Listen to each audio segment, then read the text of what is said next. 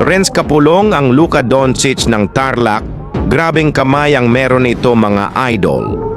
Dumayo pa sa Ampayon, Butuan City para ipakita kung gaano katinik ang kamay nito pag tumira ng tres. Sabi nga nila pwede ba daw isangla sa pawn shop. Ang kamay nito, tara panoorin natin ang mga Luka Doncic niyang tira. Simulan natin ang istorya. Ko'y kanyang matalik na kaibigan. Ernesto ang aking